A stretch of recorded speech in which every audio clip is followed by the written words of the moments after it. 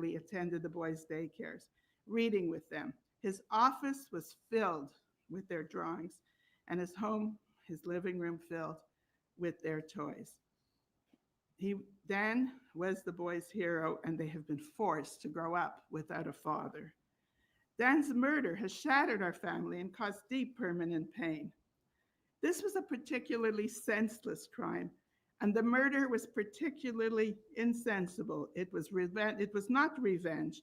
Dan was a law-abiding and respectful citizen, an active father, and a living son.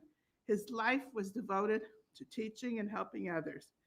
The pain and suffering of Dan's murder goes well beyond other families too.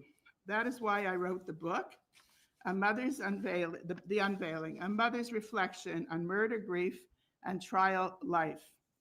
In my unrelenting grief, I turned to advocacy to feel purpose and to help others with these tragic losses. I have found meaning and comfort to connect with others who want to serve justice. To all the community of journalists, TV programs, podcasters, Tallahassee communities, and the allies who have put their hearts in keeping Danny's story alive, we are full of thanks. To law enforcement and prosecutors, our gratitude is beyond for their dedicated, careful perseverance in seeking justice for Danny and our family. If Tallahassee is known for football, Tallahassee should be known for the prosecution and for law enforcement. They have done an outstanding job. These extraordinary efforts underscore the brutal truth of our family's story. Danny's murder was orchestrated by his former mother-in-law, Donna Adelson, and other co-conspirators, and is a crime of cruelty. It is a murder of grief, a murder of selfishly prioritizing one's own desires over what is just or right.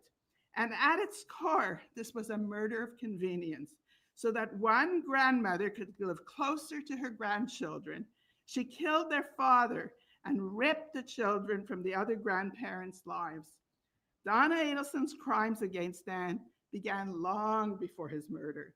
She belittled Dan in front of his children.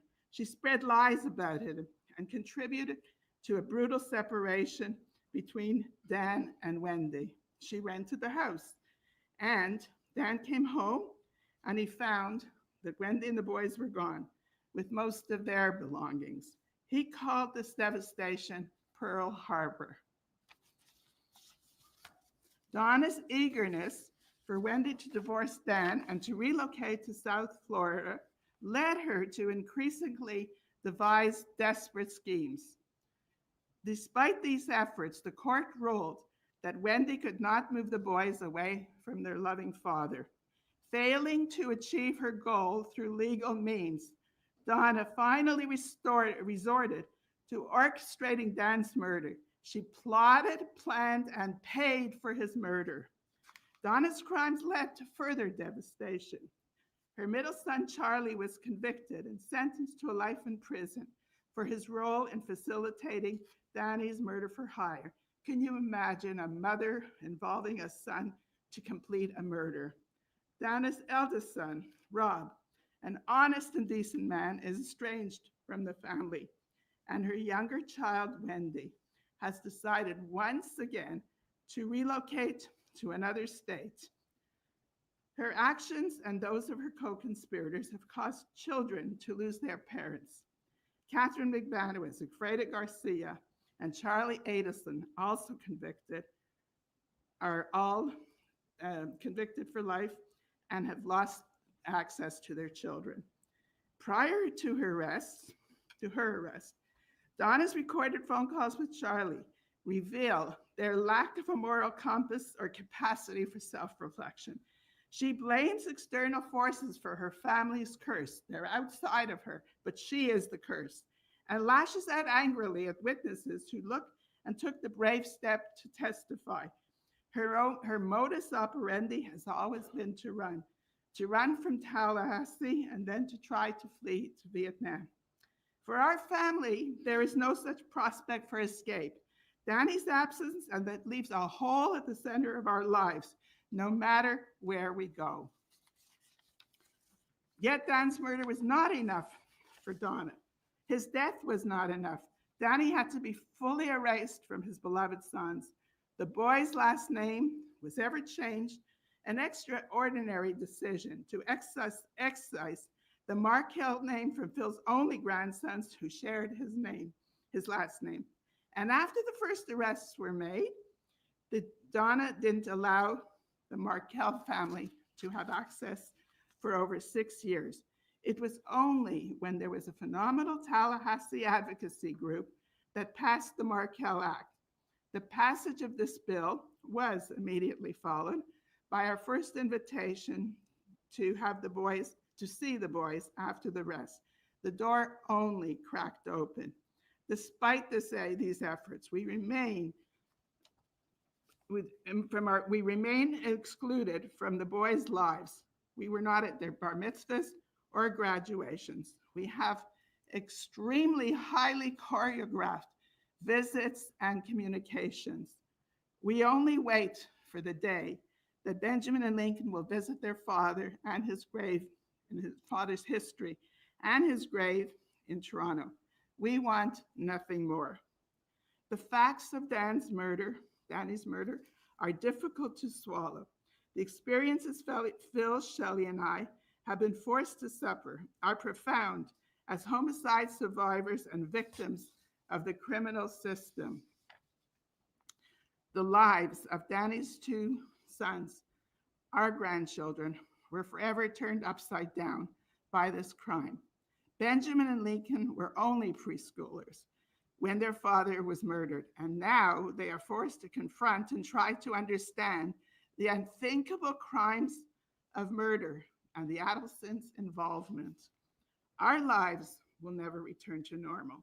For those who loved Danny and for those who Danny loved, there is no escape from the wicked effects of what Donna Adelson set in motion, carried out, and paid for, and for many years enjoyed the aftermath of.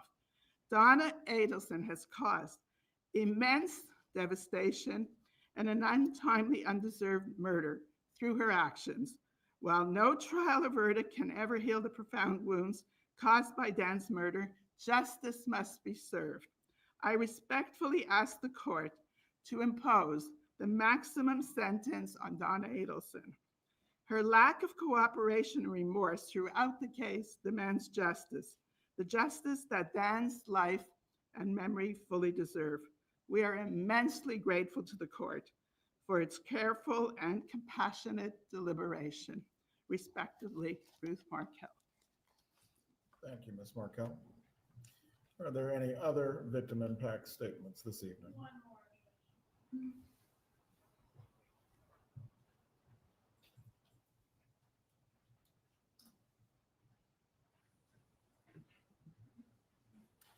If you please could tell us your name for the record. Good evening. My name is Phil Markel. I'm Danny's father. Judge Everett, I appreciate the opportunity to speak about the impact of Donna Adelson's actions on my families and the families of so many others. While this victim impact statement is addressed to you, Your Honor, it is also intended for the Adelson family, Harvey, Charlie, Wendy, and particularly Donna. I would like them to understand and reflect on the deep and irreparable damage they have caused. The pain that they have caused my family is obvious and permanent, but they have also caused lifelong harm to their own immediate family and so many other families and children around. Donna's selfishness, cruelty, and complete disrespect for human life, along with that of her co-conspirators, have left families forever broken. Louis Rivera, his children have no father. Catherine Magbanawa and Sigfredo Garcia, their children have no parents. Charlie Adelson, his son, Roman, has no father. Rob Adelson and his wife and their two children have lost their uncle and grandparents. Shelley and Ian, my daughter, their three children, my grandchildren, are left without an uncle and are separated from their cousins. Of course, their heinous and callous actions have left me, Ruth, and Shelley without our Danny, and Ben and Lincoln without their father. For anyone to commit such a cold-blooded, unprovoked act of murder is horrific. For Donna, someone who claims to care so much about Ben and Lincoln, her sun shines. Her actions are beyond comprehension. She has harmed forever the people she claims to have loved. In the Jewish custom, we have an expression to always wish others to live to 120 years of age. For Donna, I wish her to live to 120, alone in her jail cell.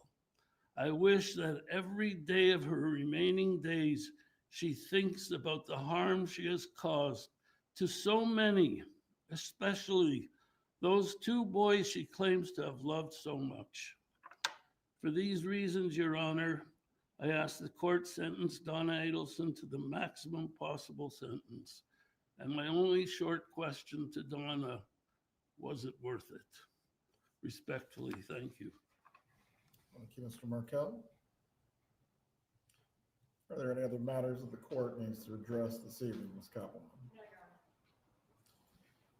With the PSI being ordered, the court will pronounce the sentence as to counts 2 and 3 after it's been completed. The parties have had an opportunity to review the pre-sentence investigation report and make any objections if they believe they need to. As to the 3 counts that the jury has found the defendant guilty of, I will adjudicate her guilty at this time, but the sentence will be pronounced as to the 3 counts at a later date. She is remanded for sentencing at this time. Lieutenant Henry, please notify the commander at the jail that the appropriate screening needs to take place to ensure that the defendant is in an area where she is not subject to any self-harm. For a case management date coming up, what would the parties request? Ms. Dugan's October court date, Your Honor.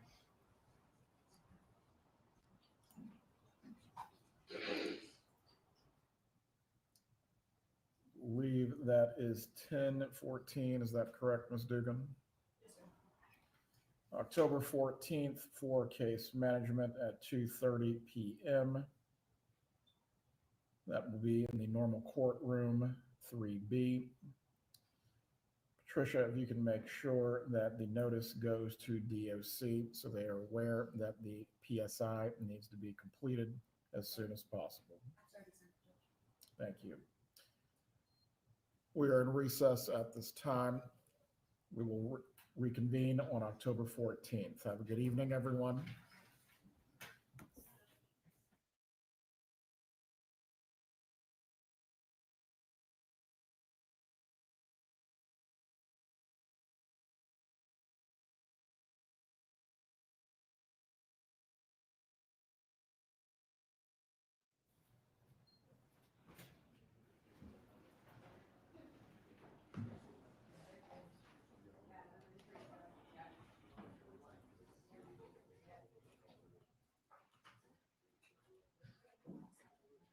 Yes.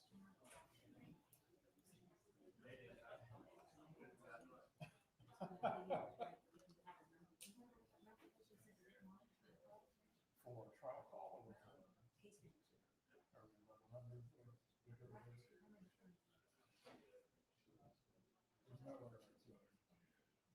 In the morning or all day? Oh, I'll have some time tomorrow. Do some things like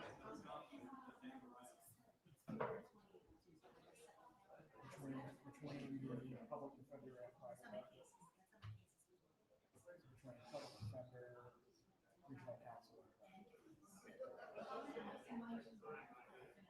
What's that?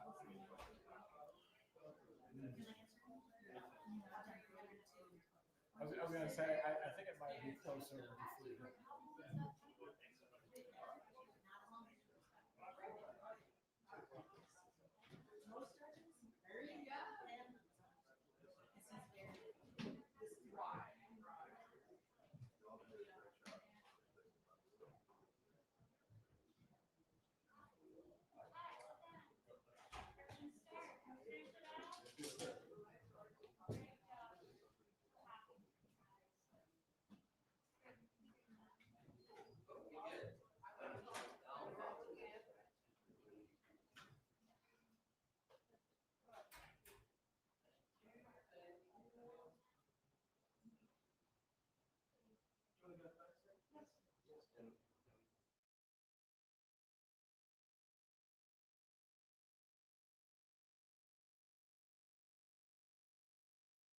I don't know. Y'all find one? Y'all know I'm no good at finding press conferences. Let me see.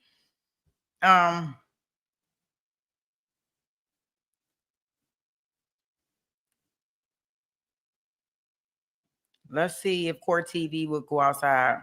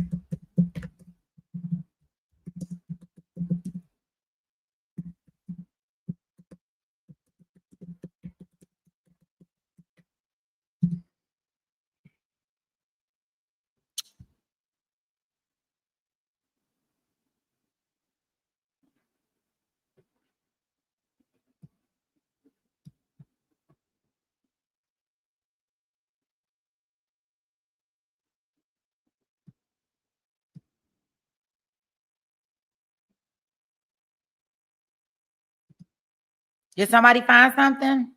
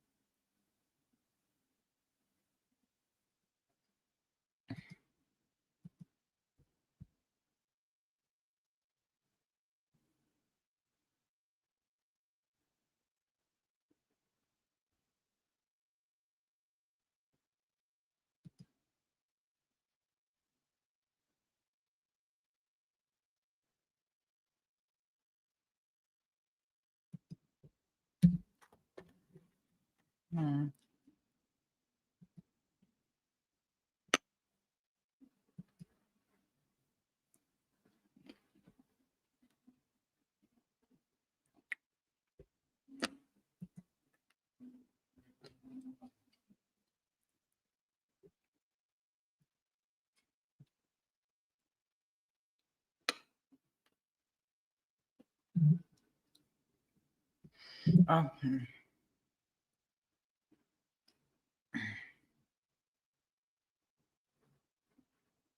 Okay. I see it. Let's see.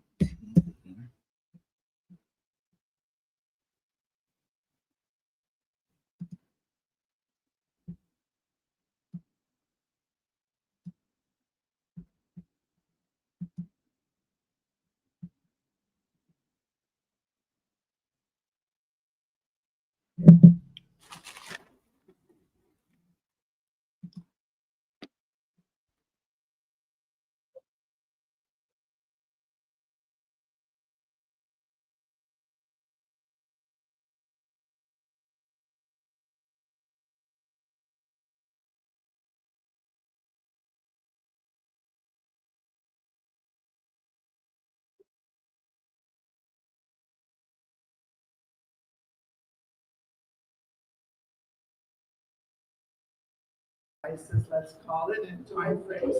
So we're looking for that more natural opportunity. Ms. Markel, do you believe that everyone who was participated in this crime has been held accountable? I'll let other people in my family talk about that. Okay.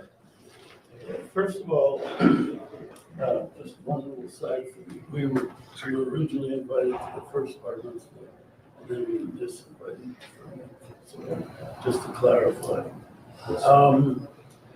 My comments. First of all, I'm very, very grateful to the jury. They were very attentive. I watched them carefully.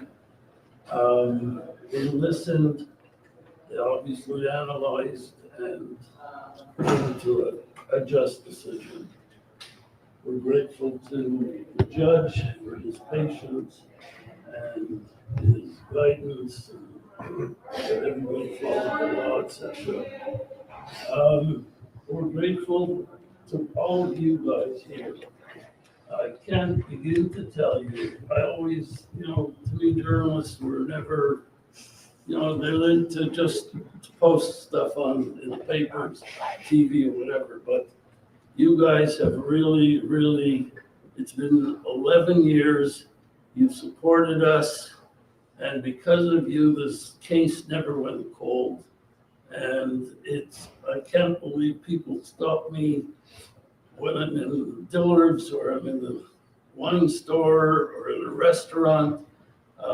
My claim to fame, unfortunately, is I'm Dan's dad.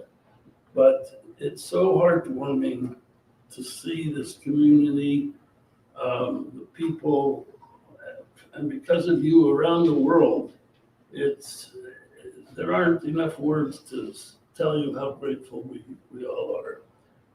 This is, even though it's joyful or unhappy decision that's come out, it's still very, very difficult. And we still don't have the full access to the boys that we'd love to have. They're very, very controlled, very short, and very far and few between. And it's,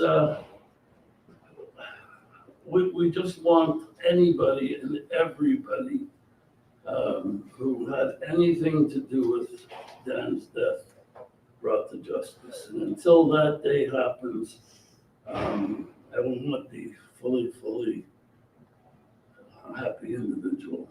And Phil, one of the, I think it's safe to say, one of the star witnesses in this trial was Rob Adelson. What was it like for you to watch him up there testifying for the government? Rob Adelson and I we actually haven't seen each other for a long time, but we do communicate via text, telephone, etc.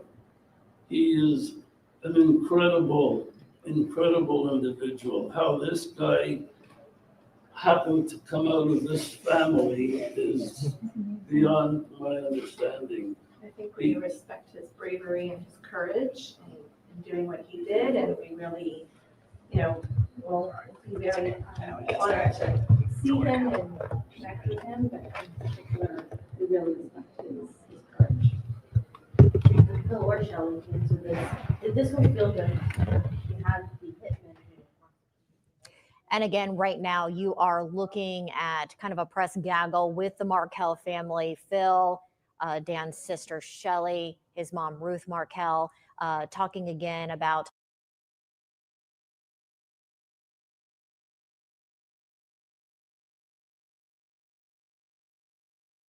how grateful they are that justice has been served today.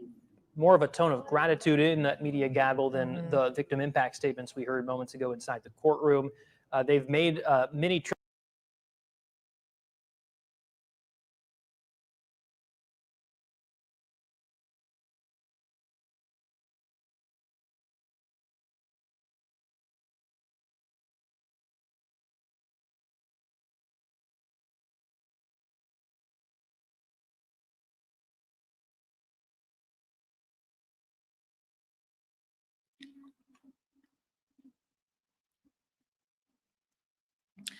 Gosh, I was hoping that I could rewind it so we could look at it. Oh, Jason, you is wrong. Oh, you wrong. You are wrong. That is not nice. You better not let me hear Donna on your ringtone.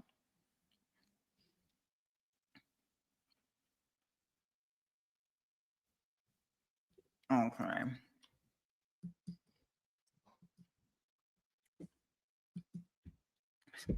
So, guys, after 3 hours, 14 minutes, and 46 seconds, she was convicted.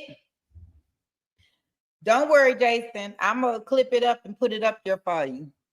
And you can go on there and you can use the sound and do whatever you want to do with it. As soon as you get it on your sound for your ringtone, you let me know. I'm going to call your phone. Okay. So I would love to play it again, but I got to go do mommy duties. So it kind of happened at the right time, right? I got to go get my baby from cheer practice. Unfortunately, she just called me like, where you at?